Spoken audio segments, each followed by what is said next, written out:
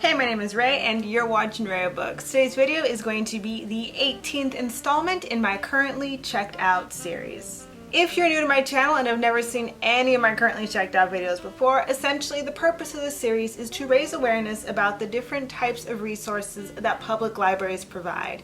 I live in San Francisco, so the San Francisco Public Library is the library system I utilize the most frequently. However, I also use other libraries throughout the state of California. At the end of each video, I'll be giving you guys a price tally on how much money I saved by utilizing the resources available to me through my local public libraries. Now, before I get 100% into this video, there are two housekeeping things I want to address. First of which is, you may notice that there is a baby in this video. This is my son, Odyssey. He is currently being a little bit of a fuss bus, but I'm going to try and film this video anyway. So if you hear any weird baby noises, it is literally just him being a literal baby. And the second thing that I want to address is the amount of time that's passed since my last currently checked out video. I believe it was in December, so it's been about four months since I've done a currently checked out. Now, I had been using the library between December and now, but I wasn't keeping track of what I had checked out, and I wasn't keeping track of how much money I would have saved by using the public library. So, for the sake of this video, everything featured is going to have been checked out between April 4th and April 10th.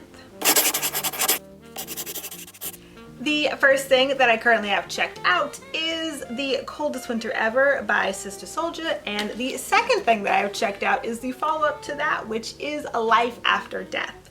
Now, I have not read The Coldest Winter Ever since probably high school, so I was maybe 13 or 14 years old when I first read it, and I remember falling in absolute love with it. I think I actually used to own a copy. I don't know what happened to it, but I have not read it since.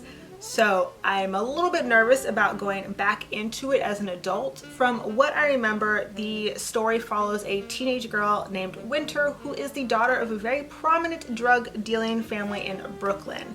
Winter is cruel, malicious, a hustler, and a cold go-getter. She will do absolutely anything to remain on top, and it's the events in this novel that test exactly just how far she'll go to remain on top.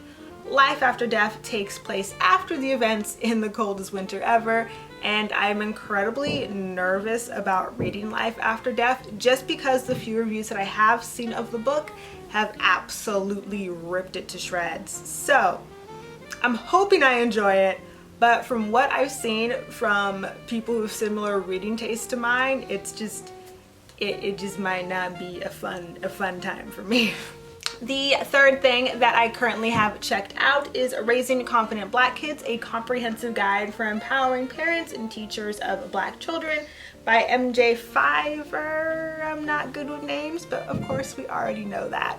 Quick aside, I suggested this book for the library to purchase. Most public libraries, they want to buy books that you are actually going to read, so they have suggest aid purchase options, usually on their website, but sometimes you can call, email, or just walk up and talk to your local librarian and tell them, hey, this is the title I'm thinking the library should have, and they will decide whether or not to purchase it. It's never 100% guarantee, but it absolutely never ever hurts to ask. The reason why I requested this book is because I want to be able to have a well-structured conversation about racism with my son beyond the it's a racist ass world out there boy conversation that I was originally planning on having. Also, I want to know other strategies to make sure that he is a confident and empowered young individual. And while of course I can go with the this is what I did, this is how I got over it approach, I feel like it never hurts to have more potential strategies in your parenting toolbox. So that is one of the main reasons why I requested this book, and it's actually a book that I'm probably going to end up buying for myself. The fourth book that I currently have checked out is The Dark Library by Cyril Martinez, translated by Joseph Patrick Stansel. This is actually another title that got approved that I suggested for purchase, so that's pretty exciting. The reason why I suggested this one and why I requested it is because I absolutely love books about books, and I love books about libraries even more.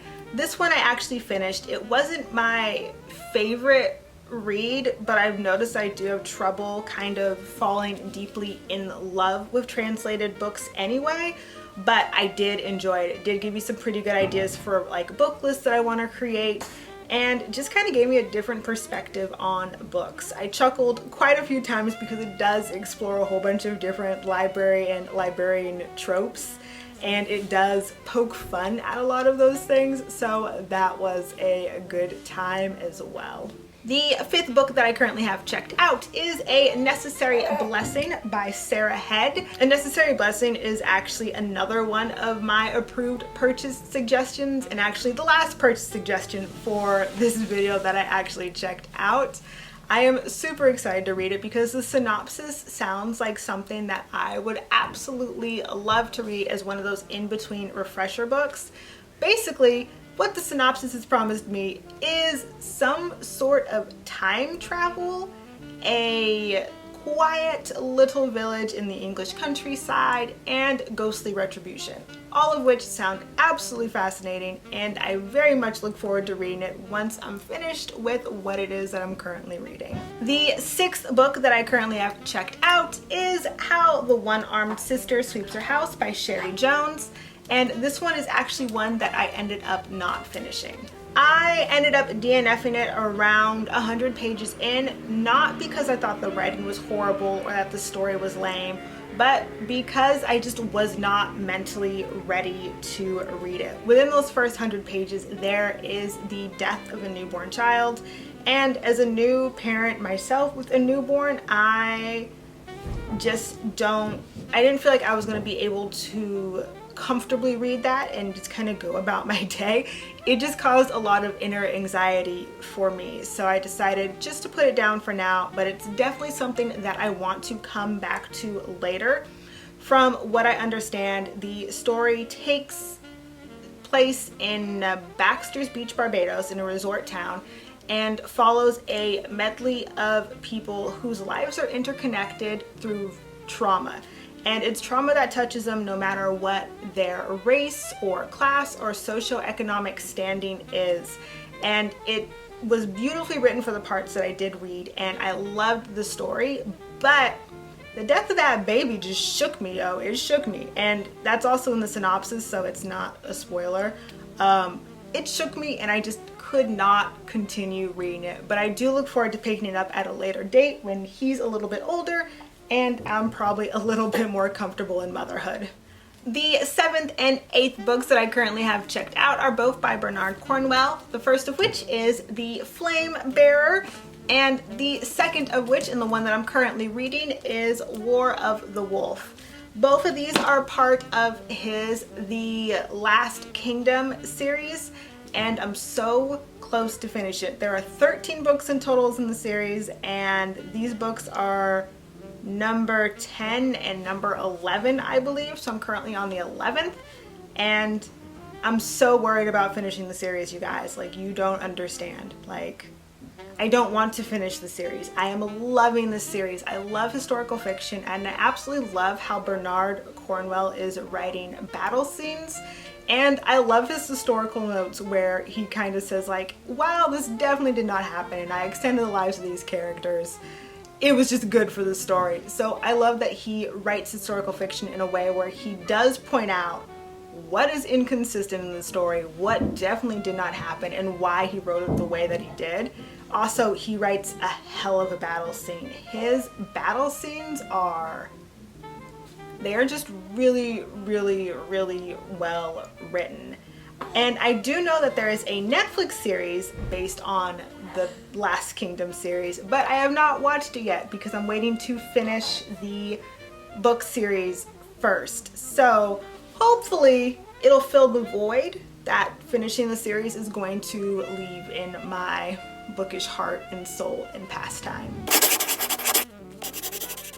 This week I saved $140.77 by checking out all of these books through my local public library system, which is $140 that I could spend on this little dude, that I could spend on myself, or that I could just keep in my bank account because a girl is struggling. Babies are expensive. Newborns are expensive. Life is just expensive. And it would not be a currently checked out video without me asking some questions of you guys. First of which is, what do you currently have checked out? And if you don't have anything currently checked out, or if you don't use public libraries, let me know what is a book to TV adaptation series that you absolutely love or that you are currently looking forward to. For me, I am currently deeply looking forward to the second season of The Witcher. Like, season 1 was beautiful. It was everything I could ever dream of, so I am so looking forward to season 2. And that's pretty much it for this video. If you enjoyed watching this video, please give it a thumbs up. It greatly helps me out in the YouTube algorithm. And if you ever want to see or hear me talk about books ever again, please hit that subscribe button. It really, really, really does mean the world to me. And I hope everyone is having an amazingly wonderful day and reading wonderful books, and I will catch you in the next one. Bye!